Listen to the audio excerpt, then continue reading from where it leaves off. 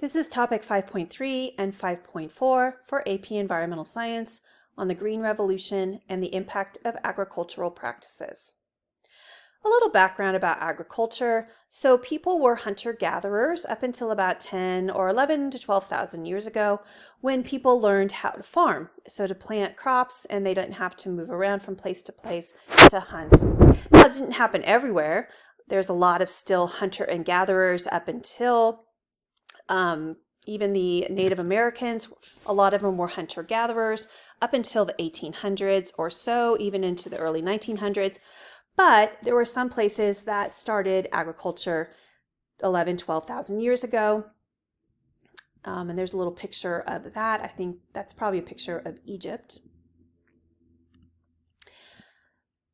And then for a long time, we had some agricultural practices that were improved here and there over time.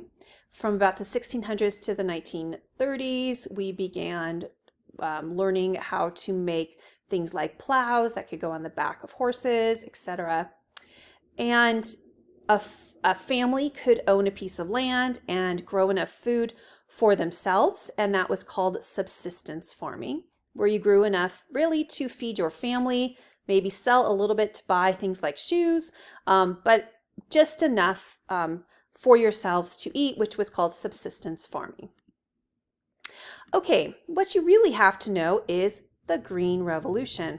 So starting in the 1920s and continuing on today, we have the Green Revolution. Green does not mean eco-friendly. A lot of these practices are not eco-friendly. Green means growing green things, crops. And so in this time, instead of subsistence farming, what has increased more and more and more in the past 100 years is industrial agriculture, big business owning large amounts of land. And also what has happened in the past 100 years is mechanization. So farm equipment, tractors, big pieces of equipment, not just tractors, but huge combines and tillers and all kinds of crazy farm equipment that we're not that familiar with, not being in a farm country area. Fertilizer use, irrigation, pesticides, monocropping, let's go through them. Okay, so as we have done these practices in the Green Revolution, we've massively increased the amount of food that we can produce on the same piece of land or on new land that we can now irrigate with water if you didn't have enough water before. So you can see our total grain production skyrocketed here since 1950 and even before. Grain is things like oats and wheats, corn, barley, etc.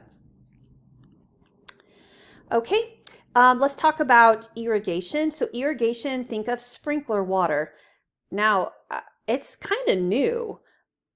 If we had had irrigation, we wouldn't have had the Dust Bowl, which is something that you learn about in U.S. history class.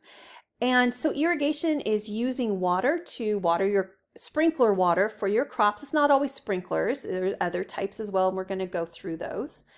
And there are places like where I live in California that can now grow crops that could not before because there wasn't a water supply. We don't have enough rain to grow most of the crops. California is the largest agricultural state in the country, and it's only because of irrigation. So it wasn't always that way. There is not enough natural water to grow crops here. But with the invention of irrigation, we can. So there are some drawbacks, however. Irrigated water contains trace amounts of salt. And so over time, salinization can occur. We'll study that in a little bit. There's also water logging, which is too much water in the soil from sprinklers, and the soil can be degraded in that way. When we study irrigation later in this unit, we'll go over the details. We'll also talk about depletion of aquifers and groundwater. So a lot of the water is pumped from underground and then put into irrigation. So here's some examples of farm equipment, not just tractors, all kinds of things I don't even know the names of, but this is farm mechanization. So when you have these big machines, you can farm thousands and thousands of acres of land, when in the olden days, our ancestors, even in the 1800s, could really only farm, the Homestead Act was 160 acres. They figured that was the maximum one family could farm was 160 acres using just animal labor. But with machine labor, one farmer, my husband's family in Kansas farms 10,000 acres of wheat, and that's just one family. So you can farm thousands and thousands of acres. The benefits of mechanization: the food is cheaper because of economies of scale. The drawbacks, of course, fossil fuel use, less overall jobs in farming. All right, second thing to note is about fertilizer. And so we have two main types of fertilizer. We have organic fertilizer that comes really from a living thing, so dead things and poop, really. So we've got manure from animals, compost, etc. Synthetic is commercially made, so we have nitrogen made from the Haber-Bosch process, which we learned back in Unit 1. All right, we'll talk more about fertilizers in a little bit in this presentation. The next part of the Green Revolution is pesticides, which kill pests. So we have insecticides that kill insects, herbicides that kill weeds. There's also fungicides that kill fungus. They use those on strawberries and other types of berries. Rodenticides that kill rats. There are a certain type. We have broad spectrum pesticides that kill many species quickly. Think at your house buying a can of Raid. Raid not only kills ants, it kills spiders, it kills mites, it kills all kinds of things. It's a broad spectrum pesticide. Then there are selective ones that only kill certain bugs, which is much better ecologically because you don't want to kill your good bugs like bees. All right, so what's the advantage of a synthetic pesticide? That's one that's made in the chemical processing lab. The advantages is that it's more targeted. You can spray directly on those crops that are being eaten. It's also less expensive. The disadvantages are that it kills targeted species, including our pollinators. We want bees and other pollinators. Wasps also pollinate. Bats, hummingbirds also pollinate. Pesticides can be poisonous and toxic to farm workers. They can run off into surface and groundwater with toxic pollutants. The next thing to know about farming is monocropping, which is using one species of crop. It can exacerbate, that means make worse, the previous issues that we talked about.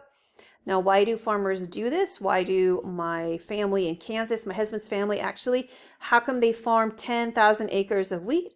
Well, because it's cheaper. It's economies of scale. You need one type of tractor, one type of farm machinery, one type of fertilizer, one type of pesticide, one type of seed, and only have to find one market to sell to. So it ends up being cheaper. There are some drawbacks of monocropping.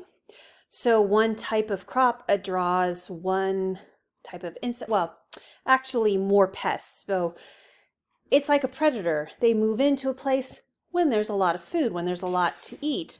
So a certain pest will come in when there's a lot of that crop. And so monocropping can attract those pests. So you end up with needing to use more pesticide. If that crop needs a lot of water and you have to water it a lot because there's a lot of that crop, you can end up with soil salinization and waterlogging. And a certain type of crop can deplete the soils, increasing the use of fertilizer. The next part of the Green Revolution, which happened a little bit later, so in the 1980s, 1990s, and on to today, we have genetically modified organisms, so genetically modified foods. Now, humans have always been breeding selectively long before DNA technology happened, and this was called artificial selection. So humans have bred traits that they liked of plants and animals. And then when we figured out DNA technology, in the 80s, 90s, 2000s, etc., and beyond. Then we figured out how to change DNA. But we didn't even know what DNA was as humans until the 1950s. So DNA wasn't even discovered until the 1950s. And then how to change DNA didn't happen for a couple more decades after that. But we've been changing crops by breeding things together. So if you have a certain trait, you will breed that trait that you want. Okay, so some benefits of genetically modified organisms, so plants that we eat, our crops, is you can increase the crop yields, it increases the profits. Concerns are possible allergens to whatever type of gene is fed into that crop. It can lower biodiversity because they usually don't have a lot of genetic diversity in them. And then there's very little regulation of genetically modified organisms in the United States. And other countries, especially in Europe, they have more regulations. They haven't allowed GM crops until now because there wasn't enough research. They actually looked at what happened to Americans over the past 20 years, and nothing terrible has happened to Americans in the past 20 years since we've been eating a lot of genetically modified food. And so now the European Union has decided to let in for sale genetically modified food.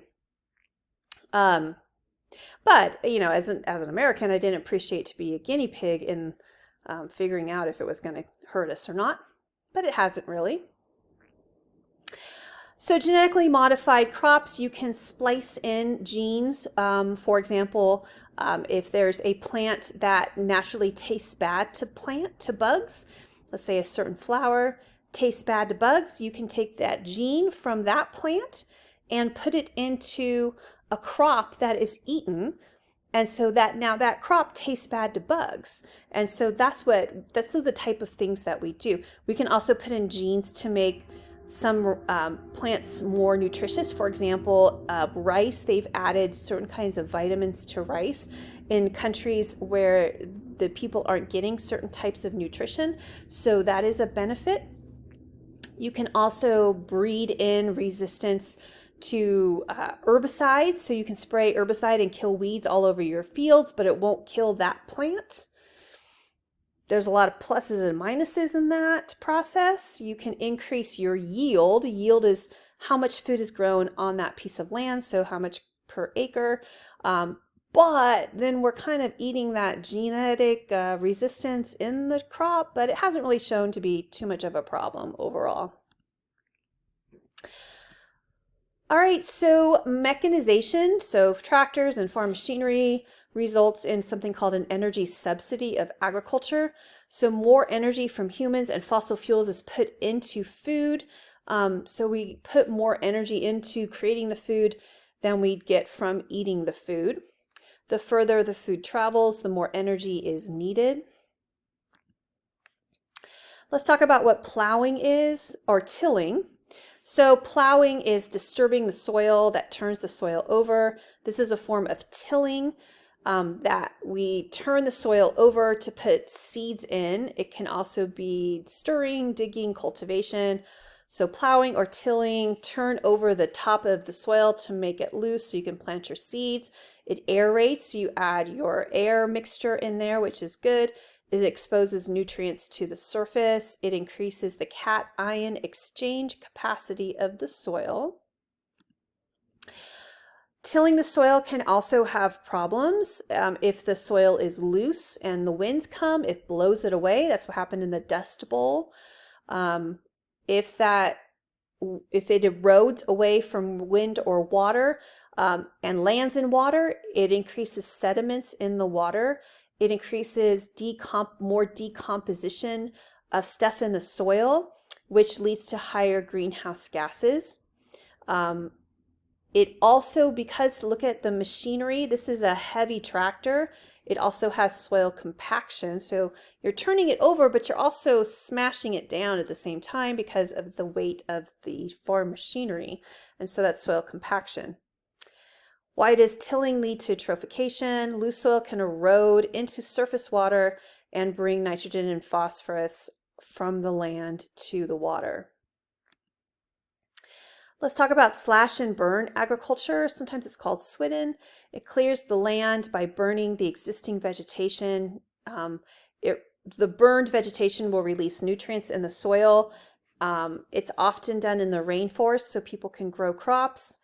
This soil, though, remember rainforest soil is very poor. We learned that in Unit 1 because most of the nutrients are up in the plants because there's no dormant season in the rainforest. It's hot and wet all the time.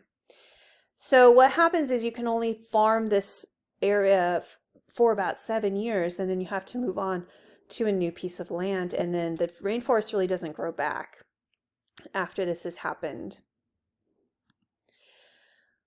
So slash and burn agriculture, here's a little diagram. It shows we have carbon dioxide released back into the atmosphere, and no new photosynthesis sequestering carbon is taking place. All right, some more information about fertilizers. So remember, fertilizer has N, P, and K. We learned that in Unit 4. Fertilizers can be used in our personal gardens. I fertilize my plants in my garden, as well as large-scale agriculture. Synthetic fertilizers, that would be this blue stuff right here would be synthetic because natural manure or green or composted waste is not blue. So blue fertilizer would be synthetically made in a lab. It provides rapid fertilization so you get nutrients to your plants quickly. So nitrogen can be created in the lab through the Haber-Bosch process. Other types of like phosphorus has to be crushed rocks, potassium, calcium, magnesium, those can be provided in other ways. All right, what's our advantage of synthetic man-made fertilizer? It can be less expensive overall. It can also be targeted to certain crops better.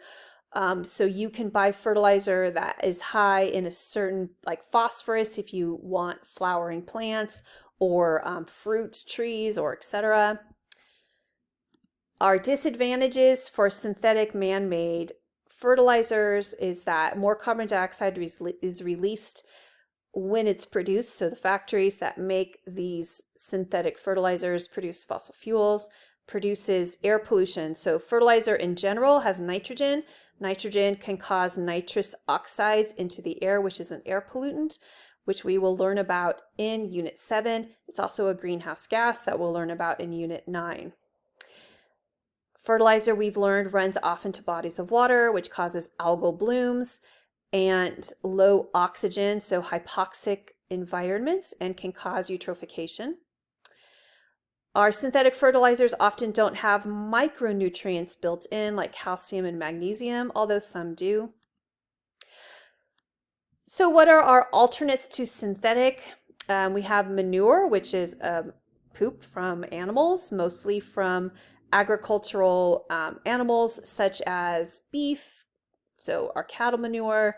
Steer manure is what they usually call, you can buy it at the hardware store. Chicken manure is actually more expensive and better types of manure.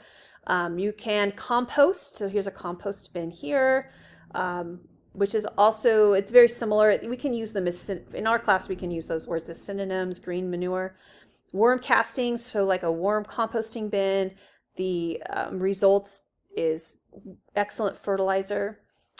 Some health problems with fertilizers in our drinking water: blue baby syndrome from nitrates in our drinking water, cancer from phosphates in our drinking water. All right, that's it for section 5.3 and 5.4.